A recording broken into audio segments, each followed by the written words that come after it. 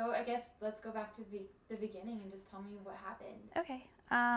So I was home alone with my 2 daughters. They're 7 and 3.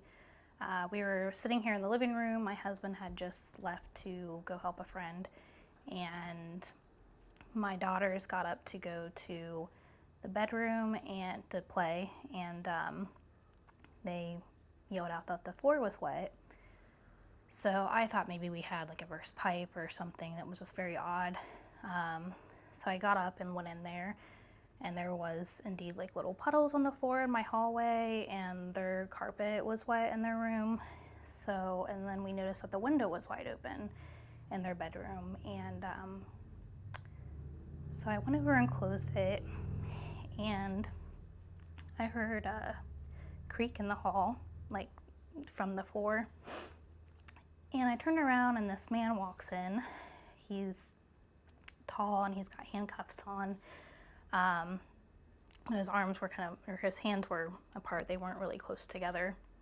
And he said he didn't want to hurt anybody, that he just wanted my keys to my car. And so I said, yeah, that's fine. I'll get you the keys. They're out here. And he kind of came out of the bedroom with me. I was behind him. So my daughter's bedroom, it locks from the inside. And then we have like a master key that we can get in if they accidentally lock themselves in there. So I reached around and locked their door behind me and kept them in there, locked them in their bedroom, and brought him out here. I gave him my keys, and I thought he would just leave. But there were some police cars going around, and there was one stopped kind of in front on the street in front of the parking garage. So he just kept saying like he couldn't go and they were going to catch him, and he wanted to hurt himself. He told me he showed me his arm. It was bandaged on the forearm. He said he'd cut himself.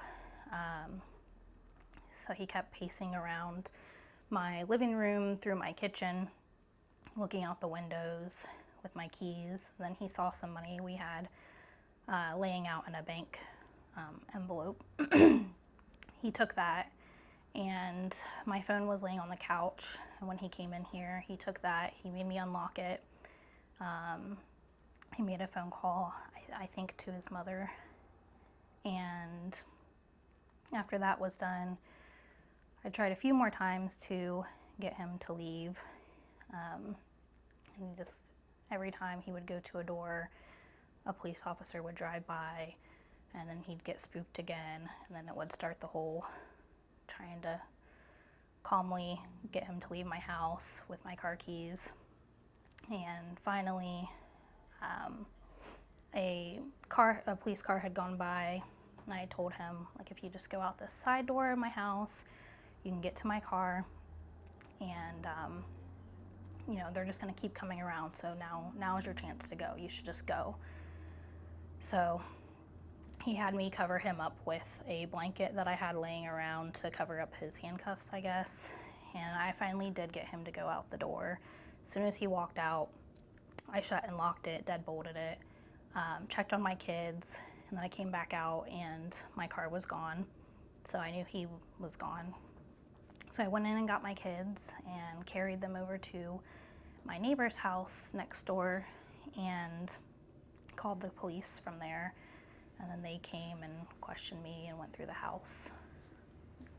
That's basically my part. I guess he had used my phone to call my husband while he was driving my car, to tell him what he'd done, that he'd broken in, and that my husband's wife and kids were okay, which was obviously very upsetting for my husband, not knowing like what really happened, what was going on. This strange man is calling. When you hear a different voice than your wife on her phone, it just sends you into a panic, So at that point, all I was thinking about was trying to get back here,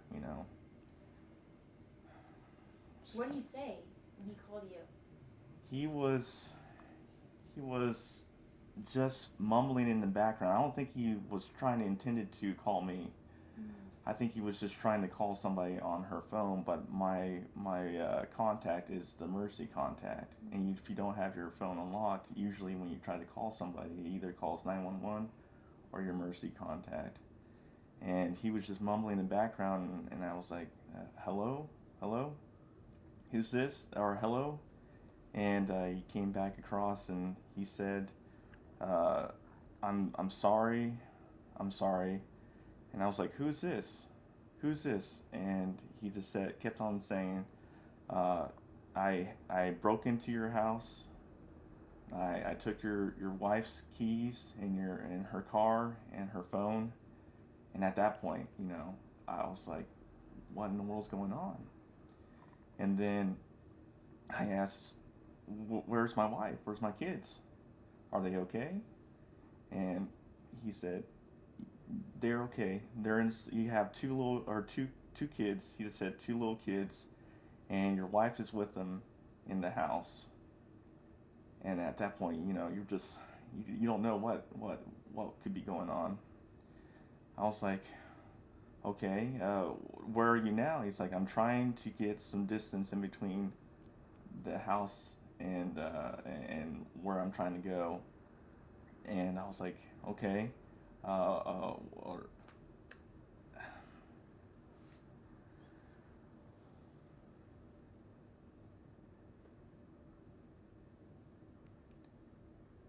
so, and he's like, I'm sorry. He kept on saying he was sorry, and I was like, that's not good enough. That's not good enough. And I was like, you stay on the phone. And at that point, I was in my car driving back. I had already I was getting ready to get in my car actually to leave back, to come back here. And when I hopped out and was getting ready to get in my car, he then ended the phone call. At that point, I called 911. And since I was closer to Columbus, it put me into a Columbus dispatch, 911. And so the guy took my name, my address, and everything, and I told him the situation, and he's like, hold on a second, he'll transfer me to Lancaster 911 dispatch. And at that point, I started talking to the woman, and it must have been right around the time that Lacey here had called, because she's like, we're actually getting another phone call, and I think it's from your wife. And I was like, is my wife okay? And she's like, yeah, your wife's okay. And I asked about the kids, and she's like, she didn't say anything about the kids, but we have officers dispatched to your house. And at that point, that was it. At that point, I was almost halfway back home.